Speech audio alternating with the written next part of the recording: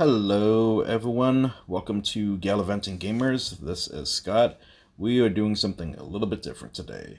I am going through Mega Man X. It's been a little while since I've played, and this is a bit of a walkthrough and sort of the way that I've played it this time. If it helps anyone, great. I gotta say, there's something really funny about my remote on this playthrough. For whatever reason, the down button wants to veer to the left when I press it, so if you see me struggling on ladders and such, it takes a minute, but I'll get to it.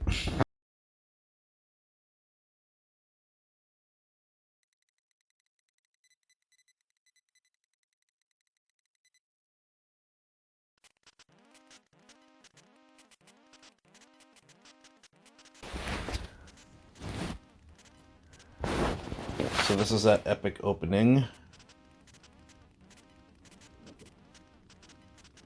It's really fascinating how they did this. They took the basic premise of Mega Man and, I guess, aged it up, adultified it. It's still a kid's game, but I mean, it feels a little bit more intense, less cute. That's, so you have this, like, warning message that is, beeping as if it was disaster. It seems to be like a final message written by Dr. Light.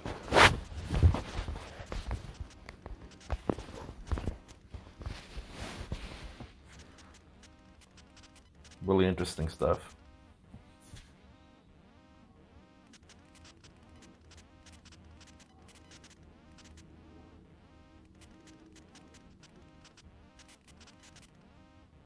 September 18, 20XX. Thomas Light.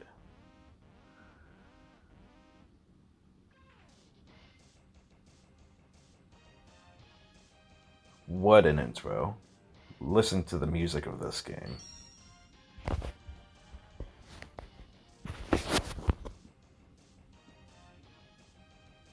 This game has a lot of rock feel to it. Music's so intense. Here we go.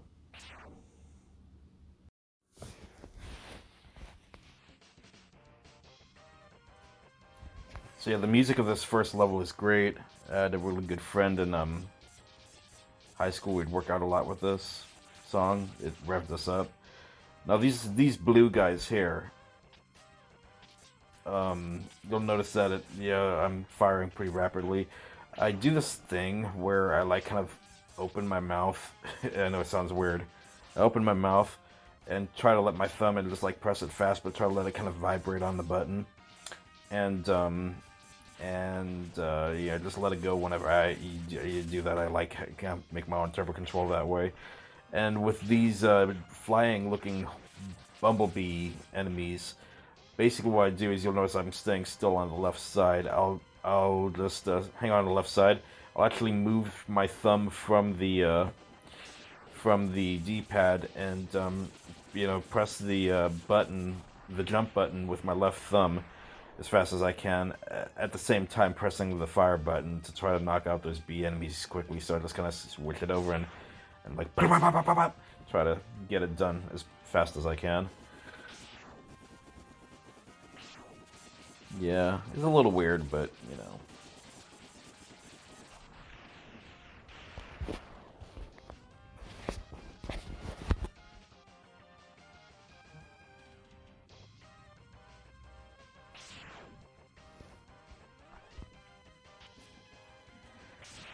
Yeah, this is a pretty energetic level, even though it felt like you were moving a little slow to me. It's been a while since I've played, but with the music and the enemies coming at you and everything.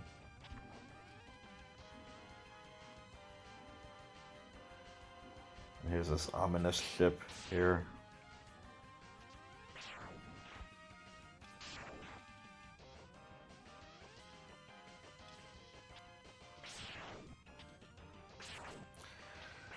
And here comes Vile.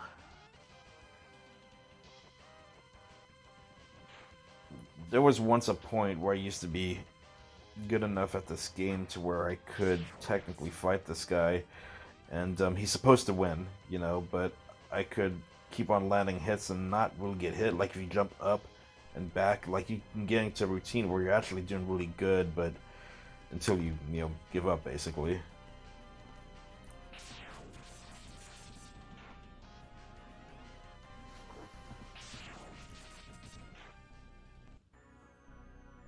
One of the most epic moments in gaming. Zero comes to save the day, and of course give you a little glimpse of how intense you're going to be by the end of the game.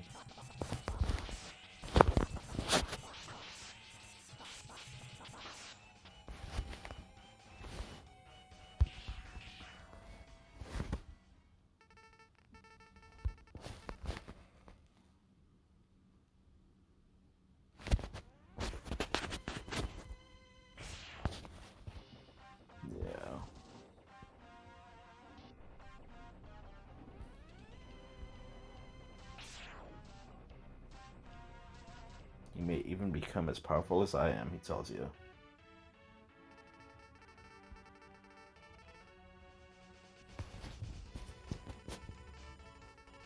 Kind of reminds me of Castlevania Symphony of the Night.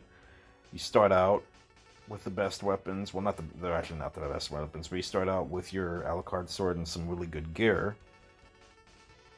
And you're just one-shotting everything, destroying everything in your path, until you run into Death, who takes all that away. Now, part of the goal of the game, aside from moving forward, is also to get your equipment back. Well, in this one, it shows you someone else using, you know, seeming, you know, pretty powerful that you want to aspire to. Of course, as a Mega Man game, you can pick whatever order you want. I tend to pick Shell Penguin first, mainly because I want to get them boots first so I can dash around and make the game a lot faster. Another good first pick would be, in my opinion, it would be the Stormy Eagle. Just because Shell Penguin and Stormy Eagle are the, in my opinion, the two easiest bosses to knock out with your gun. I mean, you can beat them all with your gun, but if you're just starting out, Shell Penguin's pretty easy to handle, and so is the Storm Eagle. I have had ones before where I just start off and go straight to Storm Eagle, mainly because of his weapon. That tornado thing it's pretty powerful and it's fun to use in a lot of the levels, just to make them more manageable and easier. It kind of reminds me of if you played Mega Man 2 for the classic Nintendo, how Metal Man's weapon is almost like cheating. You know, you get so much of the metal blades, you can toss them and throw them, and you can throw them up and diagonal up, and you're slicing your way through the game once you get Metal Man's weapon. For me, I feel like the tornadoes from the Storm Eagle it has the same sort of appeal. You can shoot them forward with your Super Buster you get later on. You can shoot up as well, but they're just so long and they stay on the screen that they tend to wipe multiple enemies at once.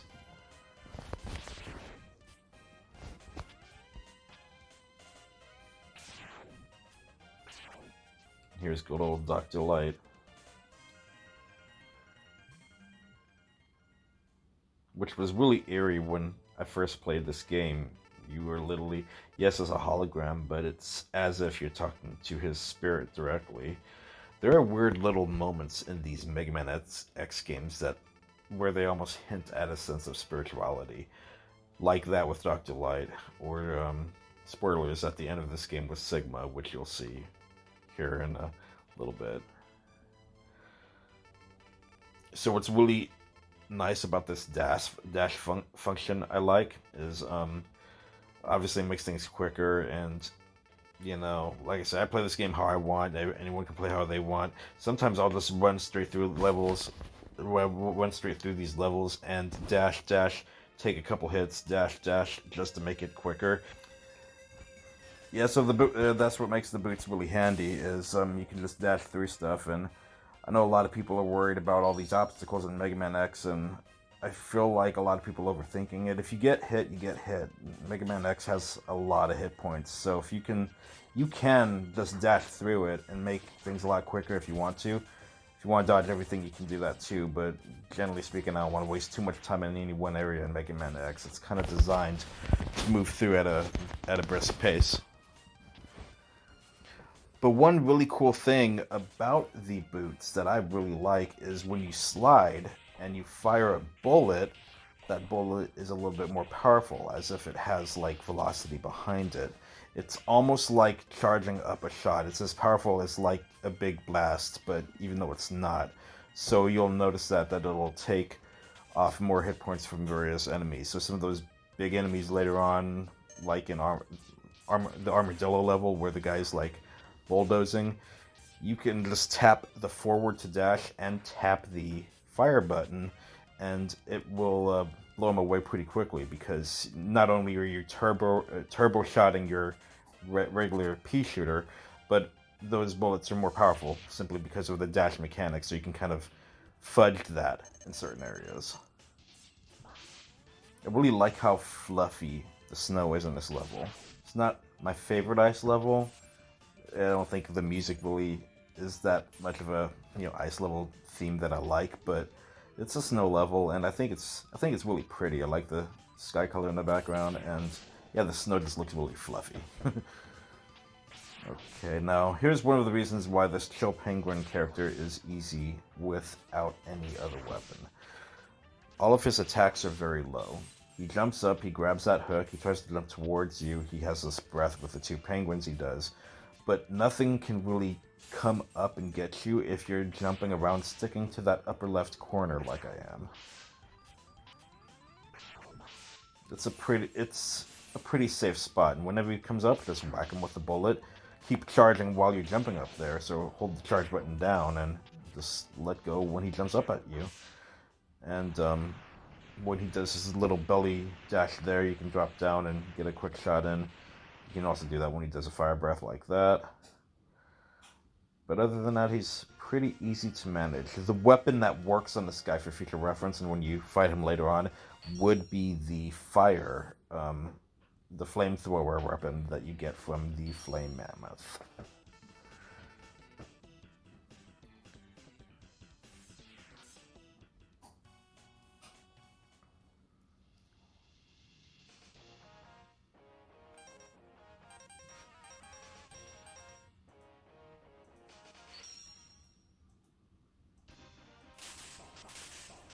Now we are going to Sparkman Drill.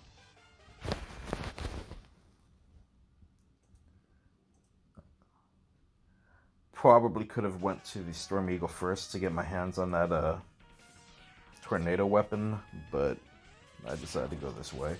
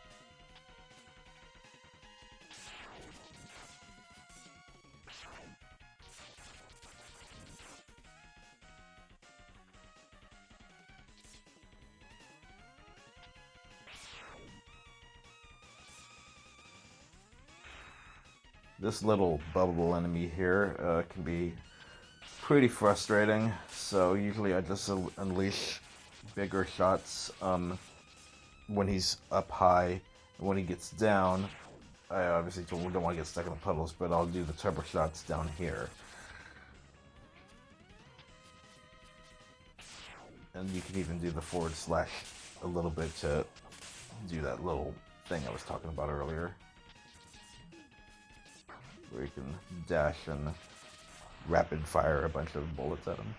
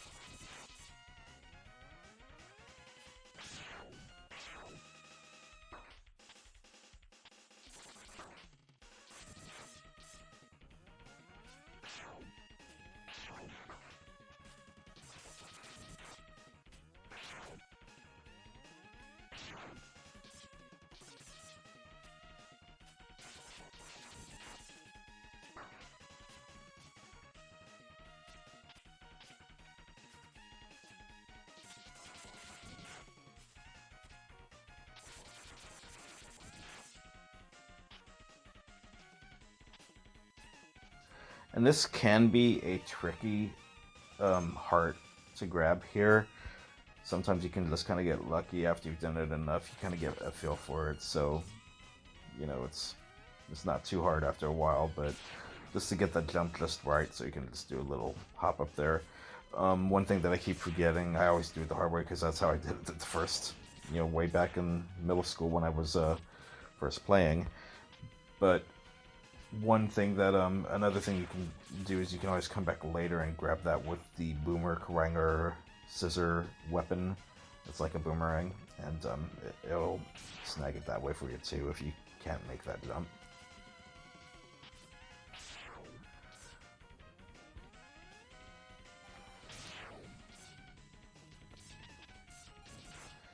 Yep. And of course the rhythm of this guy here, Sparkman's roll with the ice weapon, is pretty easy. You just freeze, wait for him to break, wait an extra second, because if you shoot him while he's blinking, he won't freeze. But so just you can kind of fill out that rhythm. Just freeze, break, wait, freeze, break, wait, and do that until he's dead.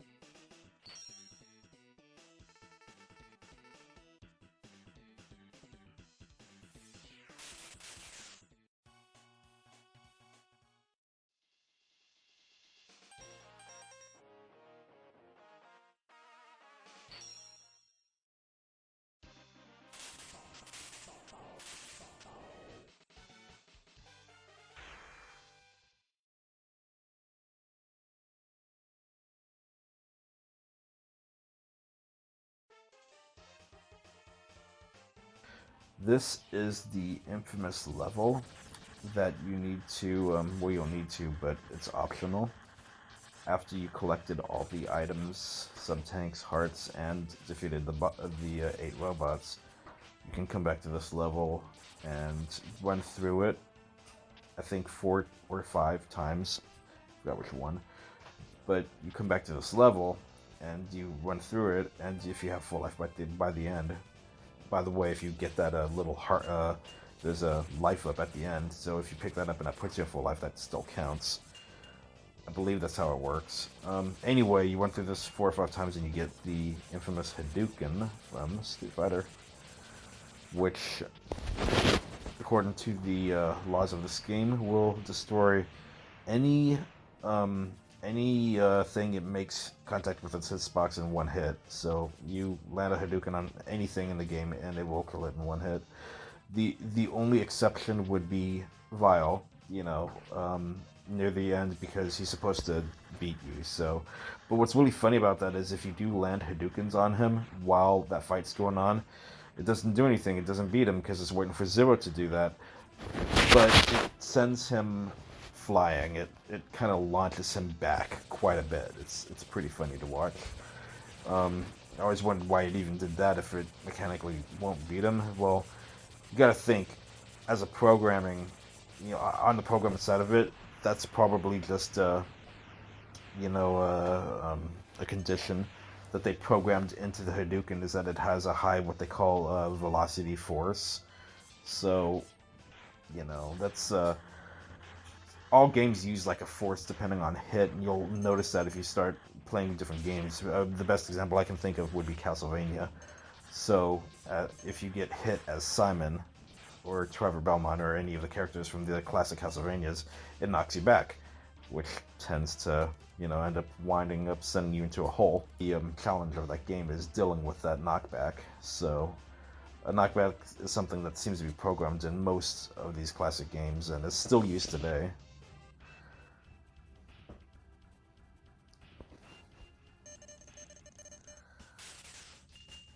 And just like Mega Man Classic, these bosses, a lot of them were ridiculously easy with the weapon, using these sparks against the armadillo guy here. First it takes off his armor, and you can just develop a rhythm of spark, jump over bullet, spark, jump over bullet, and it's pretty easy to just manage,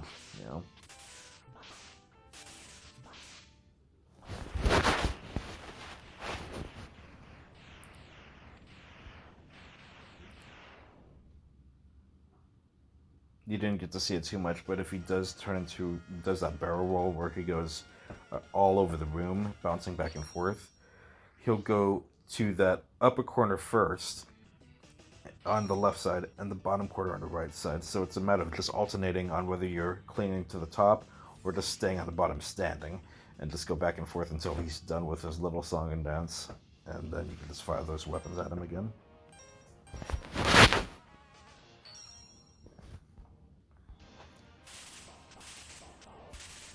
Now I'm finally going to Stormy Eagle.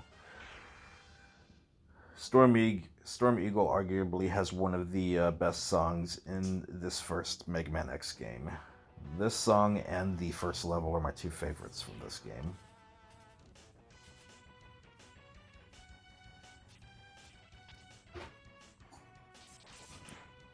This becomes kind of a common thing in later Mega Man games, but this is our first example of how there is a hidden heart container off screen, and you just have to take a leap of faith to find it, and here it is.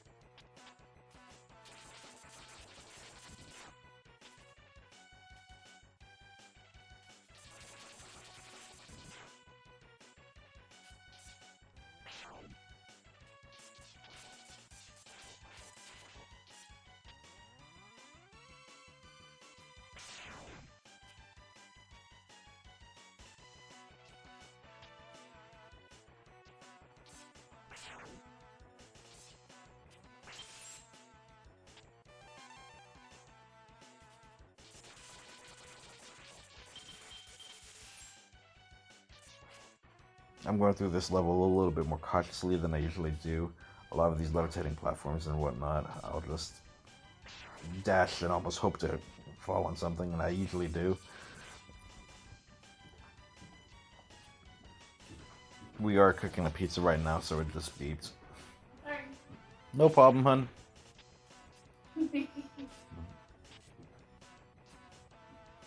Yeah, we were preheating the oven and it just beeps.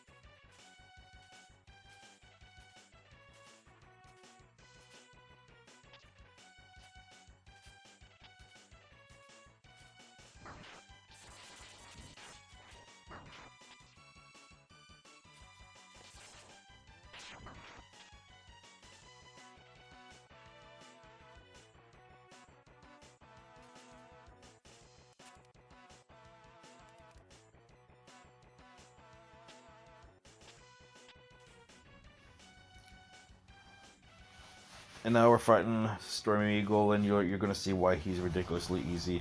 The weapon that traditionally works on this guy would be the lasers you get from the Chameleon character, Sting Chameleon. They make quick work of him, but as you see, all he does is this. Like, first you can land some shots when he blows that sort of hurricane at you. Then when he does these dive bombs like this, just slide, turn around, shoot, slide, turn around, shoot. Pretty easy to do. And if you get hit a couple times, you got a lot of hit points. That's nothing to worry about. And when he does that, those things are a little bit annoying, so just wait for that little egg to drop and smack it, blast it before it actually can produce the other little babies or whatever. It's kind of silly. Kind of like the Mega Man 2 birdies. But yeah, and when he shoots tornadoes at you and he's trying to kind of stand off with you, just keep firing at him. Really easy boss. Which is nice because pretty easy to defeat, and you get a really awesome weapon when you beat this guy. I always like this. It's a subtle thing, but you look in the background when you beat it, and you see the sky's moving real quickly as if the plane's about to crash. There's a little detail, but I think it's kind of cute.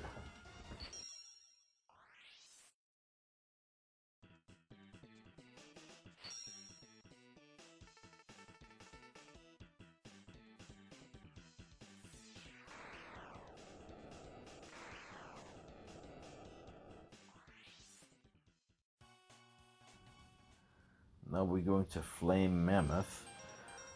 Oh, and here's another example of, I forgot all of which levels do this, but one cool aspect of Flame Mammoth is after you beat, I believe it's Chill Penguin, this level freezes over. It's all icy everywhere. Typically, this is a fire level. As you can see, that would be lava. There would be, little treadmill track things that you on, but that's lava down there. And it would normally, attack you, but since we have this level frozen over, we can just slide on that and skip a lot of those enemies, which is really handy. Here's another one of those tricky jumps that was really hard for me to nail when I was a kid, but It's a little easier now. You just kind of clang on, and yeah, sometimes, you know, that's one thing that always made me nervous, is trying to break those blocks without falling, but you get a feel for it. It's not too hard. I guess the game designers considered this part of getting this weapon here. This is the upgrade for your Buster. As you can see, his little hands will change from white to blue. But I guess the people who designed this game thought this was a relatively difficult part as well, because they give you another opportunity to get the Buster. If you miss this capsule, this Dr. Light capsule, and you make it to the mid portion of the first stage in Sigma's castle, where you fight Val a second time and Zero blows up his armor, and then you defeat Val, that whole thing. Afterwards, you go over towards Zero, and he's dying, and he has his last words with you, even though he comes back many times. But anyway, while this is going on, if you miss that capsule, he will give you, well, according to the dialogue, he gives you his capsule to take with you, or no, he'll give you his gun to take with you, which is the exact same thing. It can charge up to those big pink shots that we've just seen.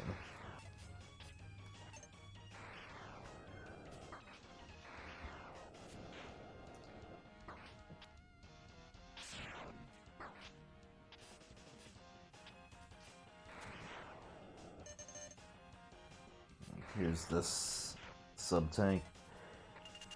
If you missed it, the last level, we got the one in that building through Stormy.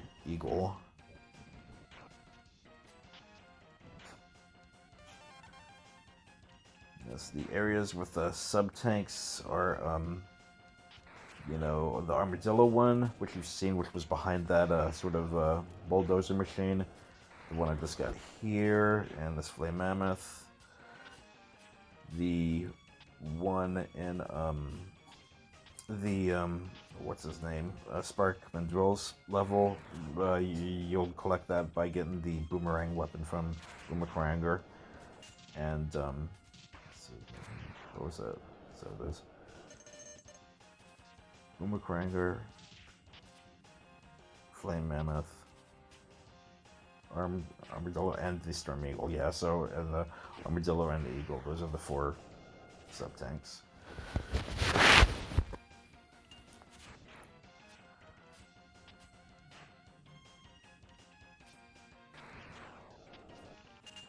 Those little lava droplets remind me of the lava droplets from Mega Man 2. I'm pretty sure that's kind of the idea they were going with.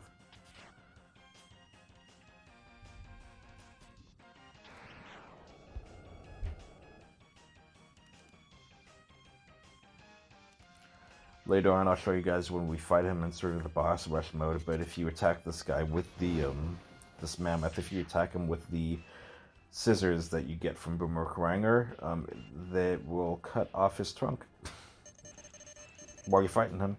It's pretty interesting.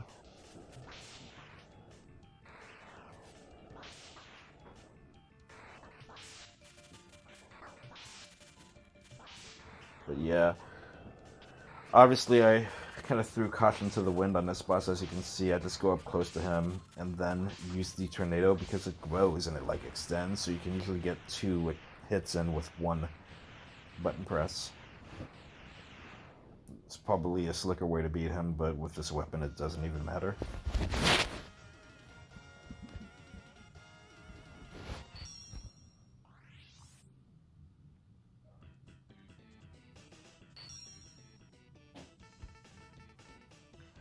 And I never used the Fire Wave that much, but I really underestimated it. It's actually quite a powerful weapon in this game. It has lots of attack power, unaccounted for attack power if you just hold it down on various enemies.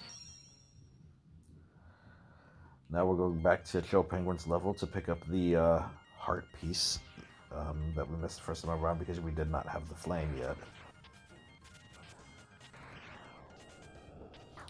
And that's the beautiful thing about Mega Man X, is you can start off and do whatever order you want. You could have, another way you could have done it is that your first boss kill could have been Storm Eagle. Then you go to the Flame Mammoth level, but it would have been fiery by that point. But you would have gotten the flame, and then you could have come here and beaten Chill Penguin with the flame, which would have made that bit a little bit easier, but you know, he's not terribly hard anyway. But there's multiple ways, multiple methods of which you can kind of adventure this game. The downside to that way, if you would have done that, is if you would have went to Flame Mammoth first, his level would be on fire, which is fine. It's not necessarily that hard, but that heart piece you saw me get when it was frozen over and icy, you would have been. I don't know if it'd be impossible to get, but it was. You know, it would be sitting on the lava, so you'd have to do some slick way of, you know, suicide mission to get it or something. So there's pros and cons to no matter which way you go, but generally you're going to be going back to at least one level just to get one of the heart pieces. Most of them you can pick up organically as you're playing.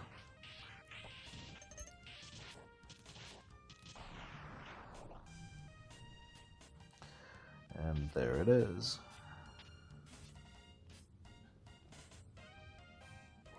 Grab this handy dandy exit button now.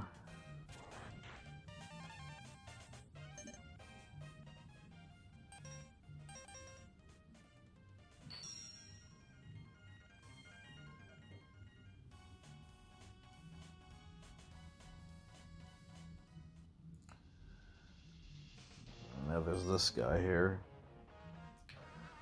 Just for me personally, I know he's not necessarily that hard, but out of the 8 Robot Masters, this is the one that I always get a little fussy with.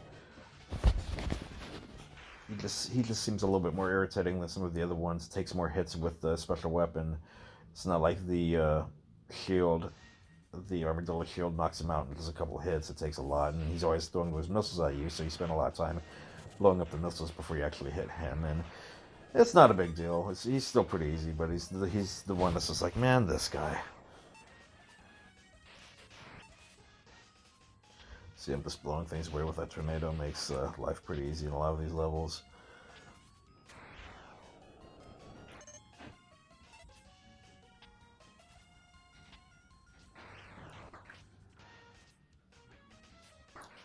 So yes, I decided to use a tornado on this guy to kind of see how long it takes. It takes about half of my tornado juice to get this guy. So this guy I really think is easier if you just use your regular gun. Unless maybe another weapon like the scissors or something does good with him that you get, I don't know. But you know, the regular gun's fine on that guy.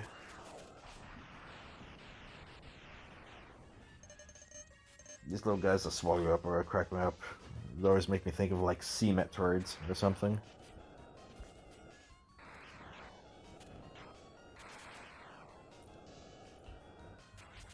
So yeah, I'm just gonna use my rubber gun here.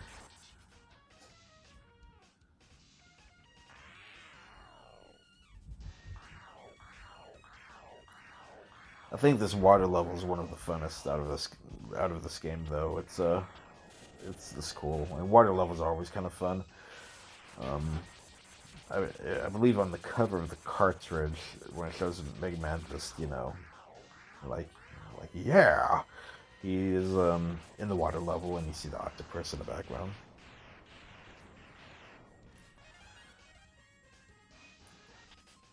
And here's this big boat thing.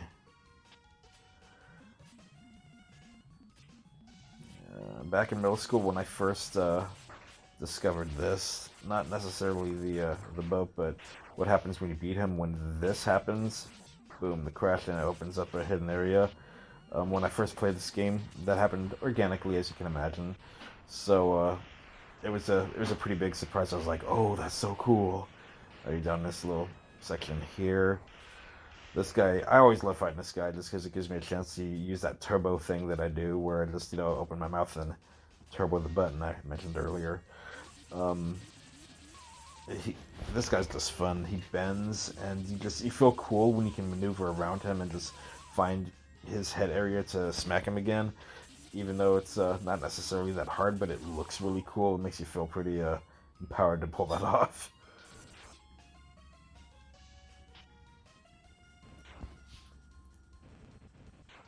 And there's the heart piece here.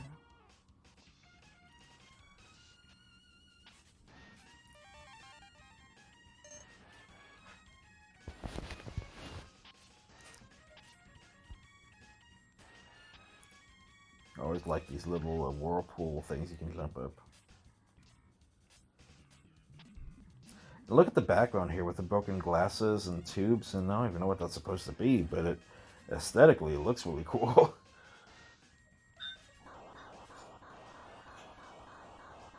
And this guy thinks he's slick.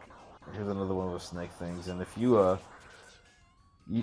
see him coming because you see the dirt shifting under the little clouds on the ground. But if you move before he comes up like too quickly, he'll go back in the ground. So you gotta wait just a moment. So he'll come up, and now he's going to decide to do some things, and you can jump on him and just do like usual.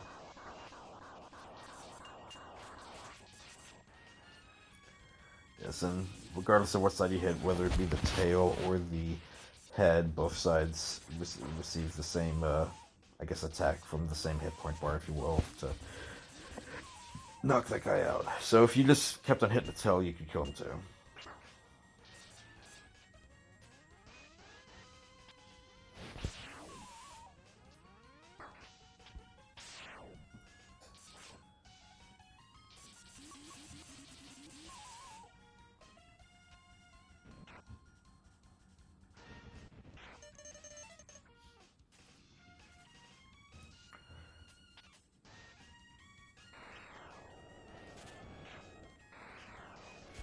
So let's figure this out. We will use the armadillo shield in this guy. And how many hits does it actually take to get this guy? We'll figure that out while we're playing him right now. Okay, see, he's throwing 1, 2, 3. And we wait for him to do his little dance here. But you see, he throws those things out in 4, 5,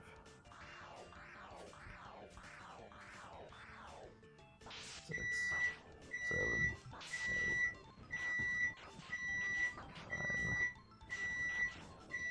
9, 10, 11,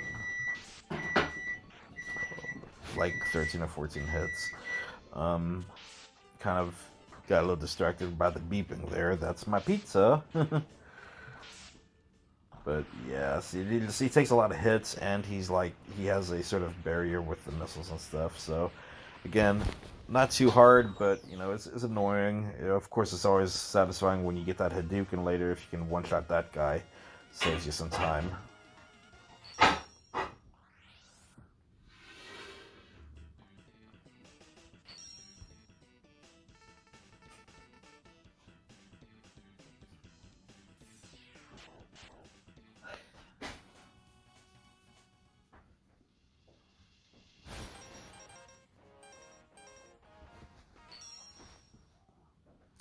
Now we're going to Cranger. So Chelsea, I don't know how she got this in her head. For the longest time, she thought this guy was Rainbow Cranger. Sounds better. It sounds better, and maybe it might be cooler if he had a rainbow ability. That's real funny. Out of all the creatures that we've seen in all of the Mega Man games, Mega Man, Mega Man X, there's never been a rainbow animal or a rainbow man or anything like that. That would be fun. They had Clown Man, they have Plant Man, they have a bunch of stupid things out there. Where's Rainbow Man or Rainbow insert animal here? I want the rainbow enemy. That would be fun. So what if it's a little weird? I love rainbows, okay? I need a rainbow villain. Rainbow Cranger. So yes, Chelsea thought it was Rainbow Cranger for the longest time. She was a little heartbroken when I revealed the truth to her. But yeah, remember how long those turtle things took to turbo shot? That doggone tornado takes them out in 1 hit. I love it.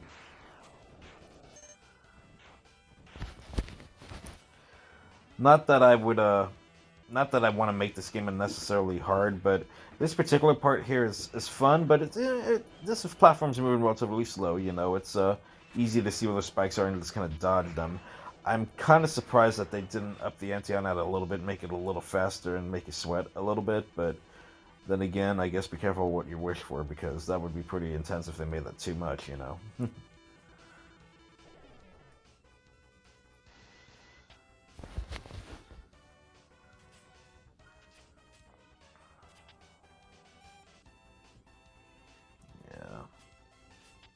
part's always fun. Sarcasm. This part kind of... It's not hard. It's just annoying to have these things poke out and these platforms and then wait before you can get to this. Like, come on. Just let me go forward with the game.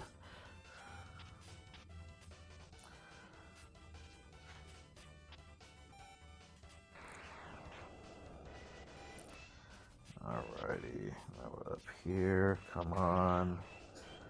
I like the sky. I like the clouds. Like, this game does look really pretty. Okay, so I think there's a slick way. I think you can make the area to get that heart with some kind of simple jump or some other slick way to do it. I'm just using the basic bitch way is just you make that ice platform and do it that way, but I think there might be another secret way you can get that if you don't have Penguin by this time or something.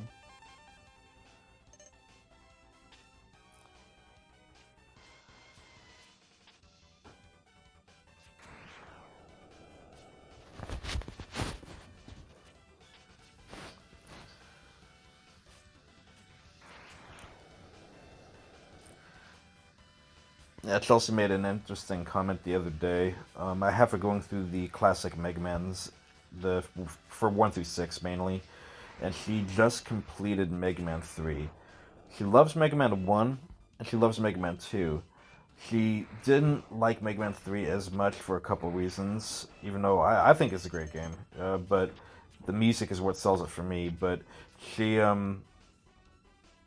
thought it was a little bit on the bland side as far as this art goes because it's very mechanical, which is fine. You know, Mega Man's in a robot world, but it just seems like in Mega Man 1 and 2, to her experience so far, and some of the later ones you'll see, is a lot of the times Mega Man's levels are so vibrant and colorful and varied, and you know, it takes place in a desert or a Antarctica type icy place or something like that. The majority of Mega Man levels in Mega Man 3 are very mechanical. They're very, you know, so that was just one of her little grievances. Plus, the game seems to really jump in its difficulty curve in comparison to the first two. Now here we are in Boomer Kawanger, as it is, and I do basically the same thing to him what I do to Chill Penguin. I jump up in the upper left where he can't get me to throw me up or anything like that. And his scissors usually don't reach. It seems like a safe spot, and I'll just fire all the fire my heat seekers, my missiles, gotten from the octopus. I'll fire those things up in that corner, and then in a matter of a few moments, he's toast.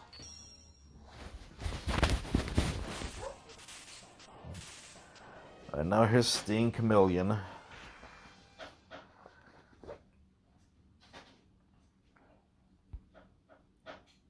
Gotta have your standard jungle level, woods level in Mega Man, and this is cool because I like the falling leaves and stuff. And it's got a little bit of a bouncy rhythm to it, music-wise, kind of like something that you might expect out of Donkey Kong or something. They always, the Mega Man X games, likes to cater to each level the best they can, and they seem to really enjoy making jungle levels. Another one is in Mega Man X4 when you're in the web spider level, same kind of thing. Alright, so now we're fighting this douche. This guy takes forever, and I know that there's a couple of weapons that you can use that work out pretty good on this guy. In the moment of when I was playing this guy, I forgot, or I didn't really recall what works best on him, so I tried out a couple different things. And I like these heat seekers because it seems like they just follow him. But in a few minutes, just check this out. I really did, and this is something I'm sure I must have known at some point, but maybe I forgot. But the flamethrower, see, the catch with this guy is that you have to hit him in that little itty bitty head and that body. Any hit on the body, it doesn't hurt him. But if you hit that little headpiece, that does damage. But for whatever reason, this doggone flamethrower, you can stand right in front of him, hit the body, and he still blinks as if he's receiving damage. So I'm pretty sure in Mega Man logic, when you see something that's a little bit different like that, if everything, if normally, he hitting him in the body doesn't hurt him, and this weapon does, that's Mega Man logic. That fire is the best way to go on this guy. Let me know in the comments if you have a better weapon or a secret that that I'm unaware of to knock this guy out quickly. But I just noticed as soon as I start using fire, he starts smoking, and it gets a lot easier.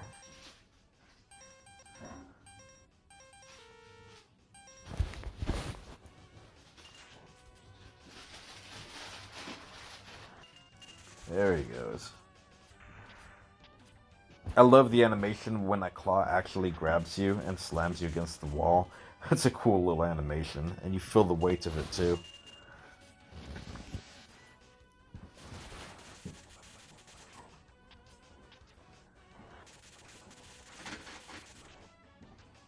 I mean, as frustrating as this guy can be to fight, he's really not. He's not hard. He just takes some time and some patience. But I think he's got a really cool design, though. I mean, he seems really basic, but I like it. I like the way his little gears on his hands turn and everything. Or his pinchers, or whatever they are. I think it's kind of a cool look.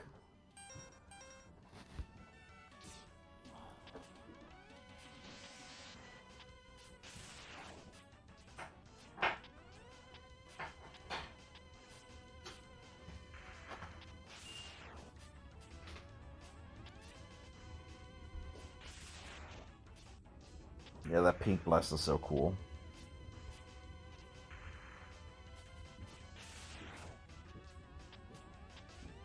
And this should be it. Nope. One more, I think.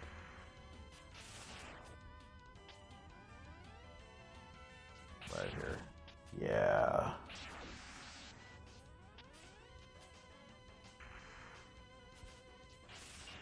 Good old Dr. Light.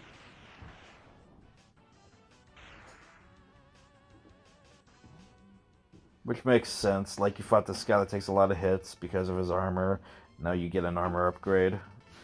Which, you know, I don't know if you realize, but the armor upgrade is, I think it's really underrated. Like, it increases your defense by, or the amount of hits you take by half. So it's effectively, it's doubling your life bar. If you think of it, you could think of it that way. It's making it to where you can get hit twice as much.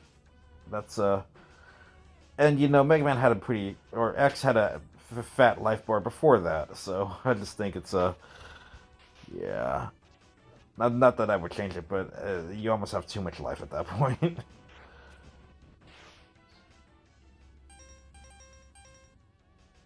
And there's that heart piece. And that's I always find that interesting too, is after you collect your 8 heart pieces, your heart pieces are not equal to what your enemy's life is or what your weapon energy is. It's about 6 points, I think it is, higher than that. As soon as you collect your 7th heart piece, it's a little bit higher than your 8th. Is even higher than that. So it's an interesting. I don't know. Maybe this is part of my I'm not I'm not OCD per se, but like if I was, this would probably frustrate me a lot. Like, why is it so much longer now? It should be equal.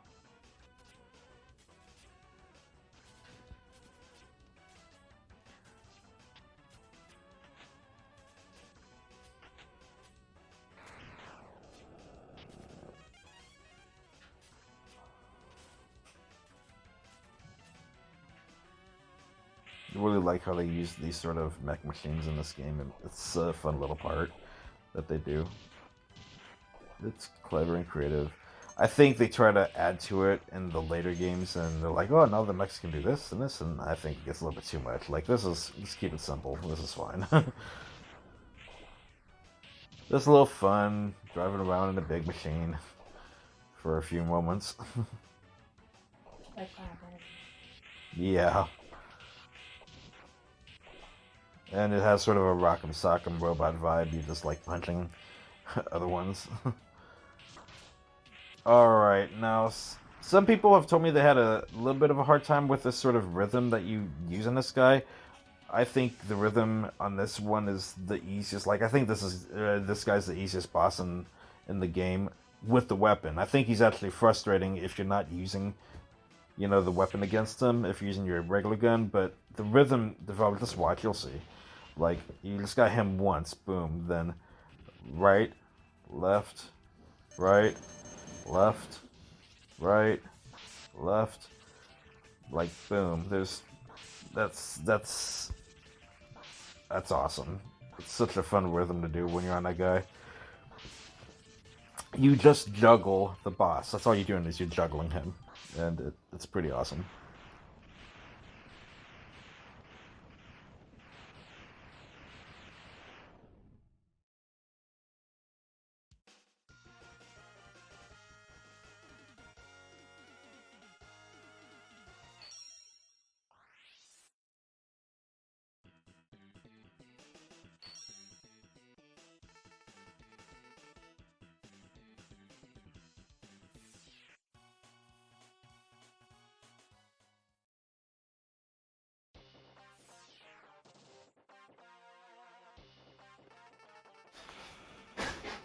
Alright, and here's Zero being badass again.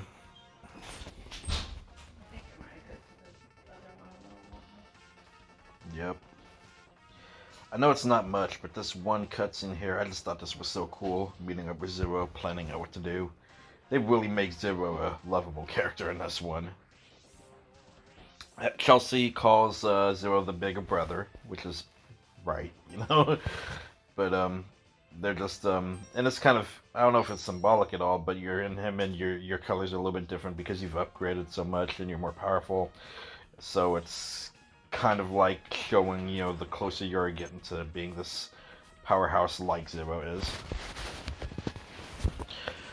Alright, so now we're going to go ahead and get that last sub-tank that I mentioned earlier.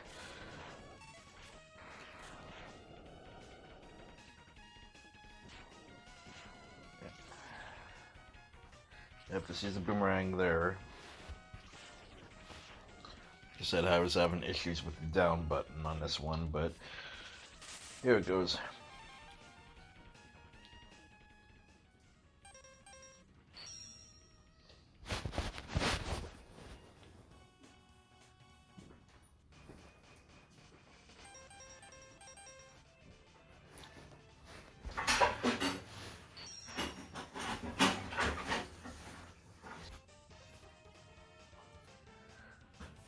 So now for this playthrough, I'm going to go ahead and do this thing. I'm going to go ahead and do that extra part to get the Hadouken from the Armadillo level, which is the 5th capsule, the secret. Just got to go through this thing like 4 or 5 times, and have full life at the end. And this level is really designed easy to do so, even if you take a couple hits. That little straight at the end when you're on that little whatever it is that's going fast, that fills you up with life anyway. So it's a pretty easy challenge, which is nice. Something easy for once. But one thing I do like about doing this little challenge also is you tend to pick up a lot of extra life fill-ups while you're doing this anyway, and you tend to be at full life most of the time, maybe not all, but most of the time. So this is really cool. So one reason that you might want to do this challenge anyway is just so that when you're playing the game, this is a really nice opportunity for you to fill up your sub-tanks. Which you see I have two filled up now, as you can see. But by the time I'm done with this, all four are going to be filled up. Generally going through this thing like 1 to 1.5 times you fill up a sub-tank. So rather than trying to find a place to grind for it later, you can just get that done here while you're getting your Hadouken.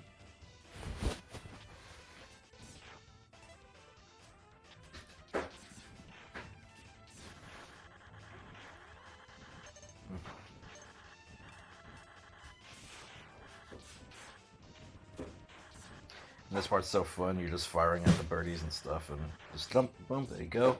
I like to be dramatic, and jump off, and then pause, and exit. There's no reason I do that, that's just for fun.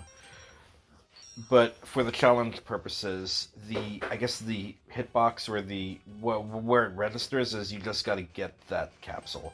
Once you get that, I believe that's it. Once you get the capsule, it's like, boom, that's one time. You do that a few more times, and eventually you'll see the capsule. So it's a pretty basic, easy challenge, and yeah.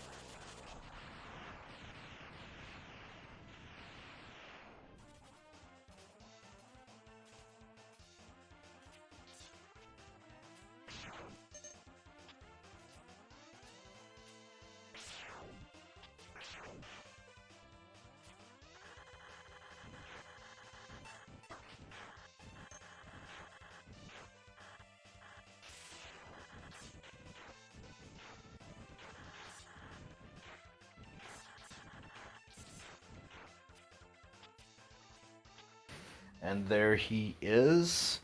He's even in a little karate gi or, some sort of martial arts wear, trying to look something like Ryu from Street Fighter. And he gives you the Hadouken with a special weapon. You gotta love X's voice on this one, though. Hadouken, Hadouken, Hadouken. It's adorable. Now, you might want to do like I'm doing here and take a moment in the hallway and practice actually pressing the Hadouken. You can only do it at full life, and every shot counts when you do have it.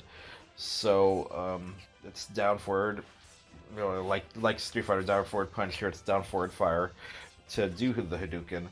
And it's not necessarily hard to do, but one thing I notice is, depending on how you do it, you tend to shoot a peach pellet first, and then the Hadouken, which isn't too bad, but it can throw you off when you're trying to hit something with it. So, what I've noticed is when you're actually pressing the buttons to do this, I kind of count it out. It feels a little different than when you actually do it on Street Fighter.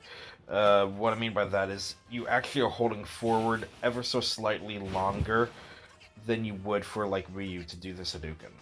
So I kind of think of it spaced out. Like I'll press down, pause, forward, pause, fire. So just 1, 2, 3, 1, 2, 3. I get used to that rhythm, so I know that I press down then forward, and I've been holding forward for just a little second, then fire, and that will limit you shooting a little pellet beforehand or confusing the command itself. So we'll see that in action on a few enemies later on, but yeah, just down, forward, fire. Down, forward, fire. 1, 2, 3. That's been the way that helps me. That's helped me to execute it when I do so in tough areas.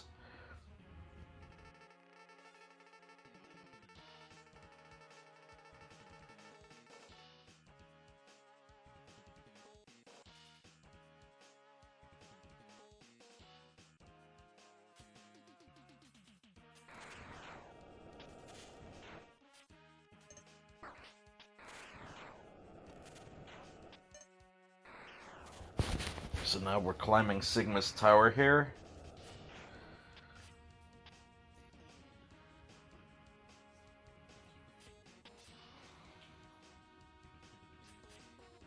When I was a younger kid and I was playing this, the moving platforms always kind of intimidated me in Mega Man games. I'm not sure why, so I would, as soon as I could, get to the wall like I'm doing now and just scale it and climb up. I felt safer doing that than trying to jump back and forth on the platforms, but both are fine.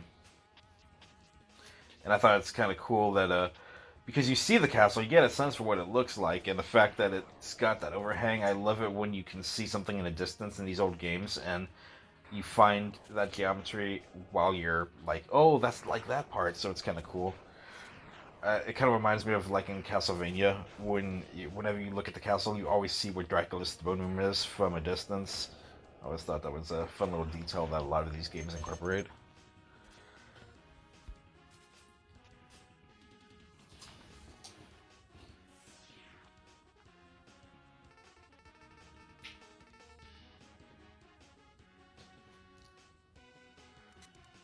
So, I'm gonna one-shot this guy with a Hadouken to save myself some steps. But if you don't have the Hadouken on this one, the weapon that you would want to use on Vile would be the armored armadillo shield. They do a lot of damage off of him, and he's pretty easy to beat with that as well.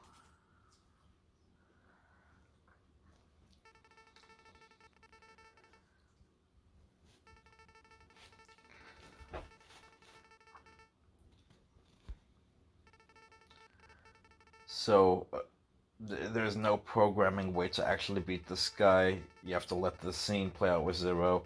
I've tried a few times, and like I said, you can technically Hadouken the crap out of this armor, and it doesn't do anything except it has an excessive knockback force.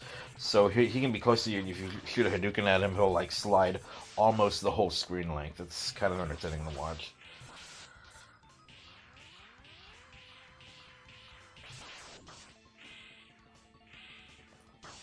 I'm just trying to take damage as quick as I can to get the game going here. There we go.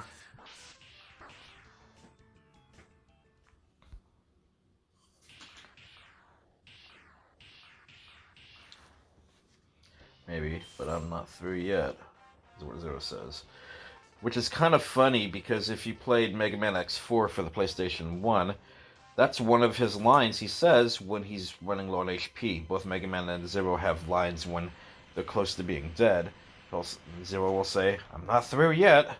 So I felt like that was a callback to this game.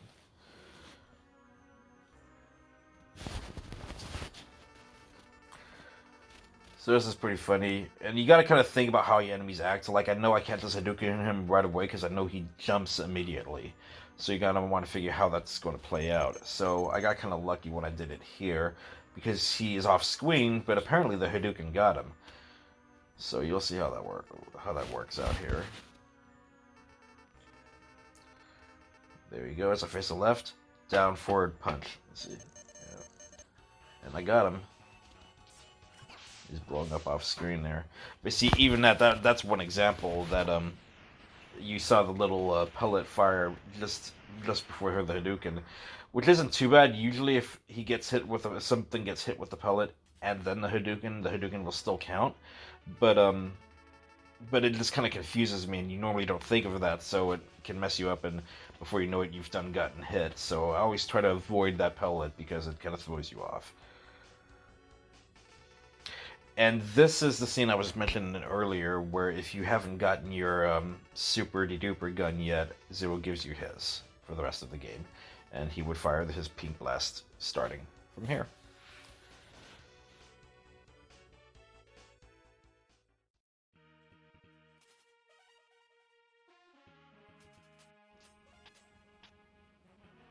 This is pretty basic. You can use a chameleon if you want to avoid those lasers. I personally don't care, I'm just trying to fly through.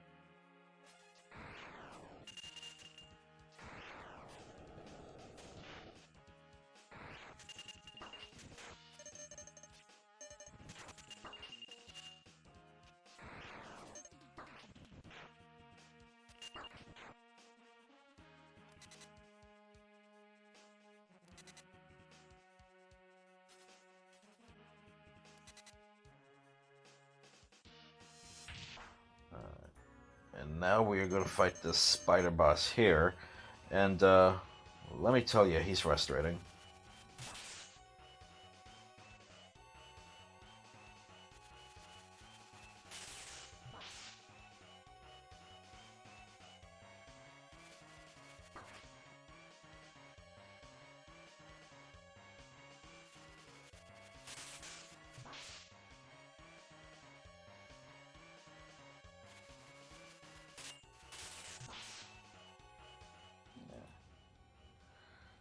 So yeah, this spider boss is frustrating. I forgot exactly what the. Now that I think about it, I should have tried ice. I believe ice might be the weapon that works on this guy.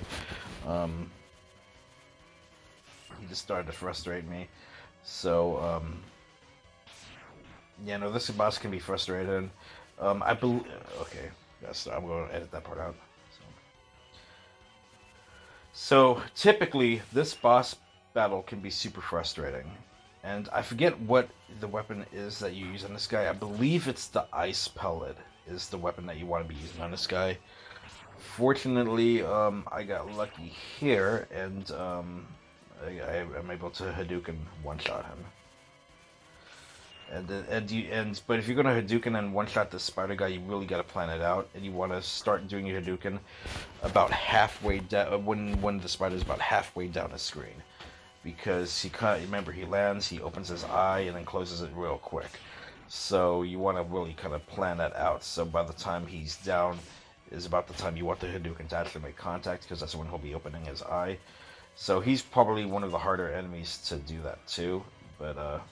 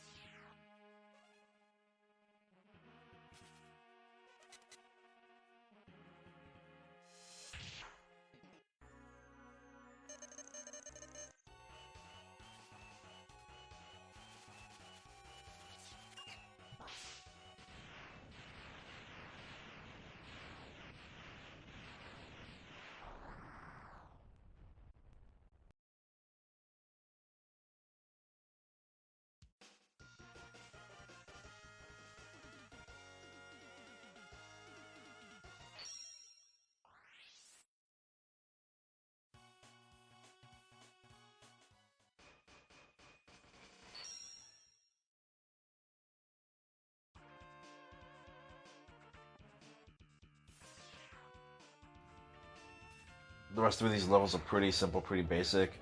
I feel like the Sigma castle levels are a lot easier to manage than a lot of the the robots levels, which is funny. You would think that the Sigma castle is supposed to be a little bit more challenging, but they're not. They're easier in this game.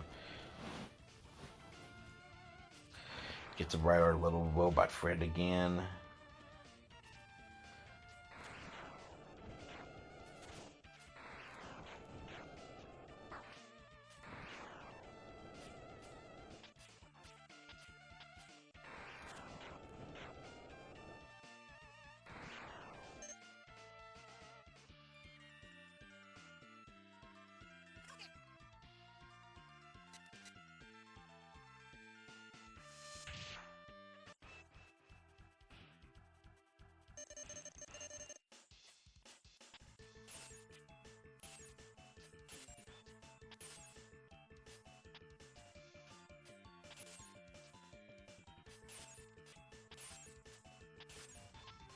You get to see me burn the penguin with the fire weapon this time, since as you can see, I Hadoukened him, but it didn't make contact.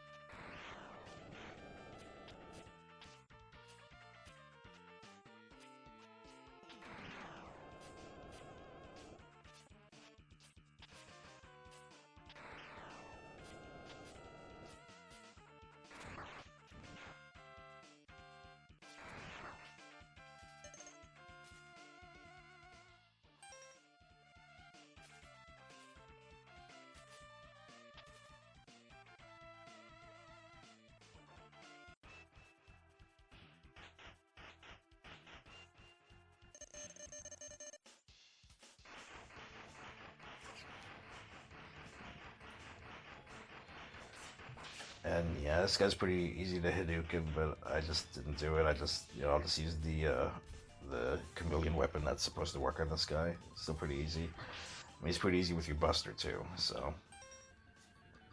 Which is kind of funny, because this is actually my favorite robot in Mega Man X of the Robot Masters. I think he's the coolest looking one. He looks regal. He looks like he's important.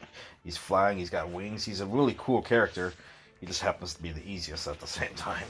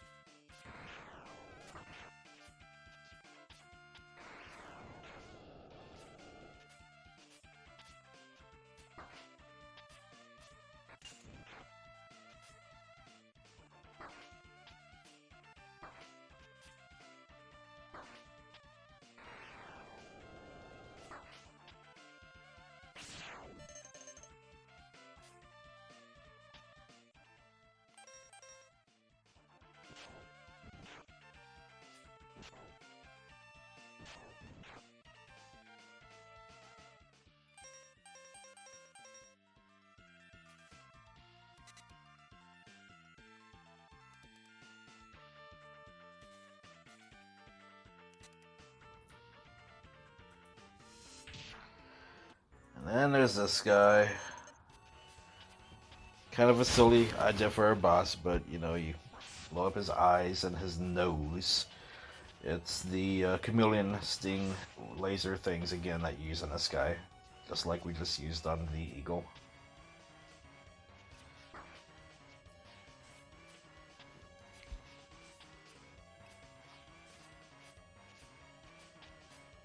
This is one of those bosses that takes a little time just because it's doing the stages, but he is by no means hard. He's definitely not comparable to like the Yellow Devil from Mega Man or anything like that. So this guy's pretty easy.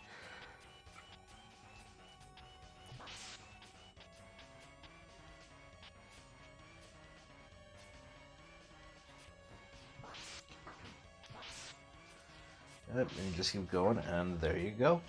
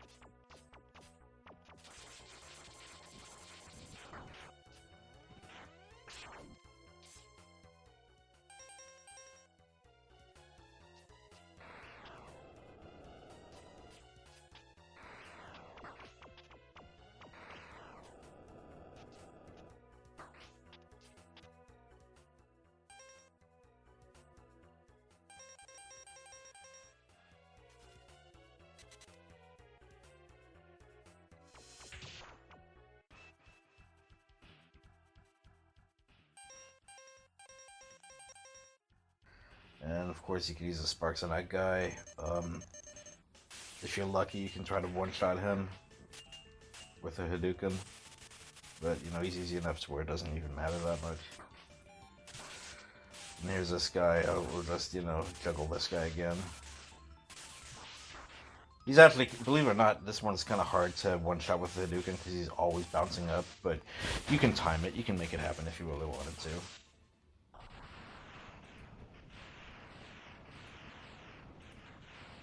And of course the Mammoth. Here, let's go ahead and take off his elephant trick with them scissors so I can show you what I was talking about there. Yep.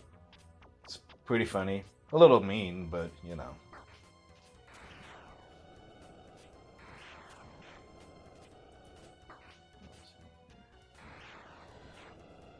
There's this guy. Yeah, if you can one-shot this guy with a Hadouken, it'll save you a lot of headache. Freaking octopus. Alright. And then the ice guy, or Sparkman's Roll, you use the ice weapon, but he's actually pretty easy to one-shot with the Hadouken if you want to as well. So you can make this whole section here breeze if you just smack on everybody.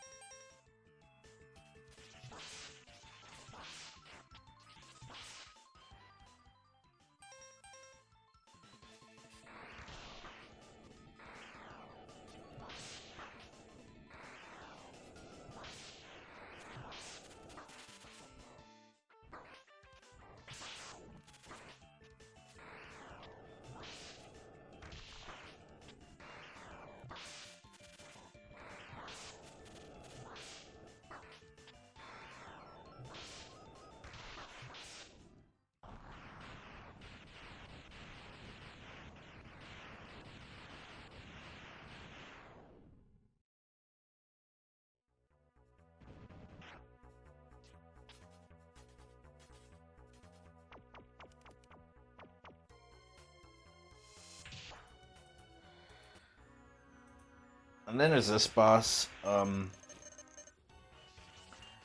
Not too hard. You just gotta watch where he's going and make sure to, you know, evade appropriately.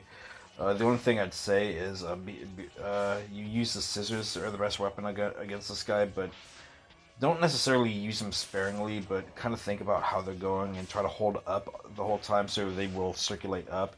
That's the thing. The scissors, how they work is if they'll kind of randomly go up or down as they move back towards you. If you hold up, they'll circle up towards you. If you hold down, they'll circle down towards you, which is also how you can navigate getting items that are far away. So just be careful with that because, believe it or not, I have ran out of scissors fighting this guy before, and that's super frustrating. And you can beat him with your gun, but the scissors make him significantly easier.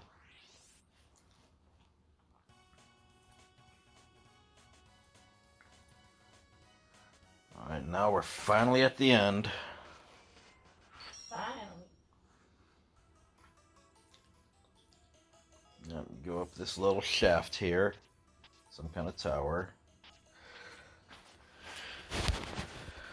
Now, it's pretty simple to do. I forgot what weapon works on the dog. I think it's a spark. Well, I know the spark works on Sigma. The dog, I forgot. I think it might be the fire, actually. It's been a while. I always one-shot him with a Hadouken when I'm playing the game. But the dog's not hard anyway. But if you do have the Hadouken, what you want to do is don't think about firing the Hadouken right away. Wait a bit of a second. Like, he jumps above you, now do it. Like, right when he lands above you, fire it off, because he's going to jump right back to that bottom part and land on that Hadouken. Really easy to pull off. And next we are going to do with Sigma. He is going to show up, and it's the same thing. Now this is technically he can actually be kind of hard to pull the Hadouken off on him because he charges straight at you, and if you do it a little too slow, he might slash you, or you might fire a pea pellet first or something and not quite hit him. So you just want to think about that spacing. 1, 2, fire. And, you want to do that pretty much right as you hear the music change, because it's playing the ominous music right when his life is building up. And as soon as that goes quieter, try her Hadouken, and you should be able to smack Sigma with a Hadouken. And believe it or not, this next form here, obviously everyone's favorite, he's obviously a tricky boss to fight. It is possible to land a Hadouken on this guy. I've done it. It's difficult, and I've known some people that just have their life tanks and they'll just keep refilling until they can get that Hadouken. You could try that, but I don't want to go through all that headache right now, because if I die, then having to refill those again, and whatever. So, but you can one-shot this guy. It's pretty awesome when you do. But if you don't, the weapon to use on this guy would be the shield from the Armadillo guy again. That seems to be a pretty versatile boss weapon in this game. It works on Vile, works on this guy. Keep an eye on your life meter. Generally, you can kind of tell when one more hit's going to kill you. You generally have I want to say maybe, I would consider refilling your life about when you have maybe a fifth or a sixth of your energy left. Be like, okay, yep, if I get hit again, I'm dying. So just keep an eye on that, but you don't want to refill too early, because you want to get as many hits on him as you can, because he drains your life quickly here. So, but it's just patience and just paying attention.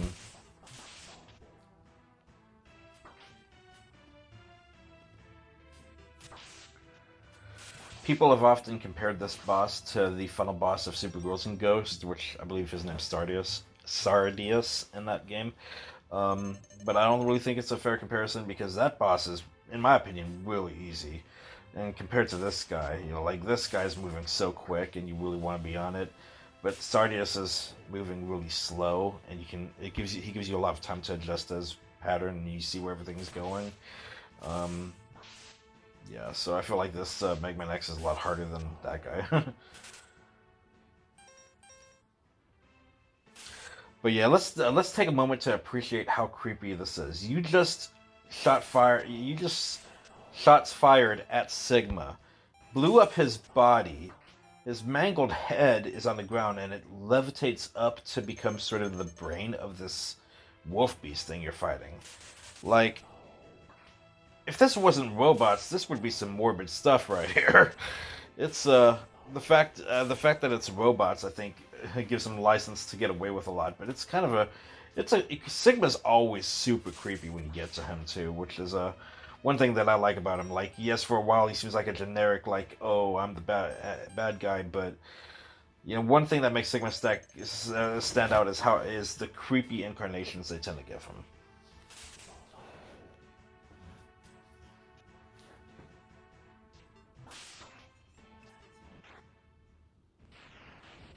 I don't know. But there you go. Yep, just keep on it. If you do end up ever dying on Sigma or dying at that part, you probably noticed as I was climbing the shaft, there's little wormies coming out the holes on your way to Sigma. You start right there. That's an easy place to collect for, life pellets and energy pellets and refill your sub tanks, so you can always, try again on that Sigma battle if you mess up. Now we get the epic, melancholy, text crawl of what's going on with X, what he's thinking about, and the war has ended for now. Peace has been restored. But for those who sacrifice themselves for victory, they will never return. Yes, we get that. Obviously, you don't know Zero comes back in the later games at this point, but obviously he's reflecting on Zero having just bit the bullet here.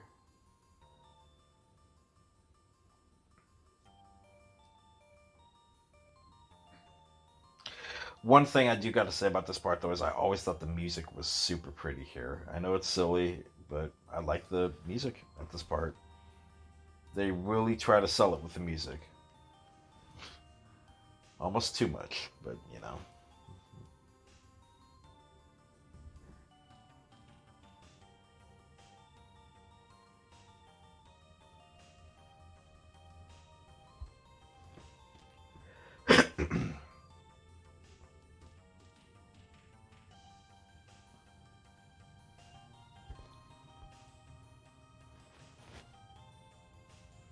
So now we get another traditional tradition.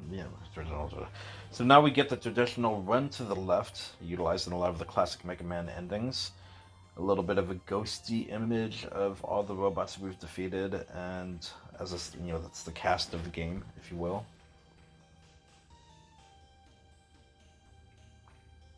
And a little bit of a color palette shift from the purple to the bluish, grayish color there.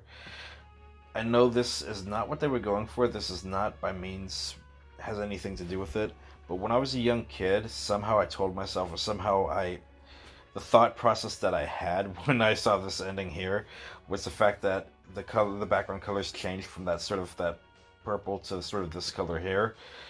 Somehow I identified that with pollution back in the day. Like, the skies are clearing up because all the bad robots are gone. I know that has nothing to do with it, but when I was a kid, go figure.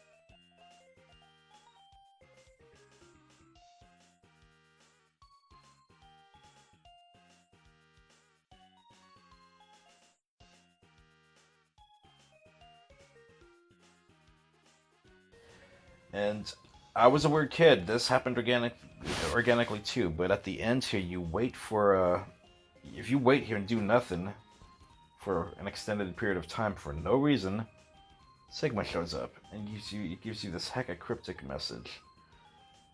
You have won, but we've only destroyed a temporary body and his spirit remains intact. You're a damn robot. What spirit? How does a robot have a spirit or a soul? That was super creepy, and I'm just going to let you know, Mega Man, Mega Man X can be a tough game, especially for a middle schooler, right? So when I beat this game, it was like 1 o'clock.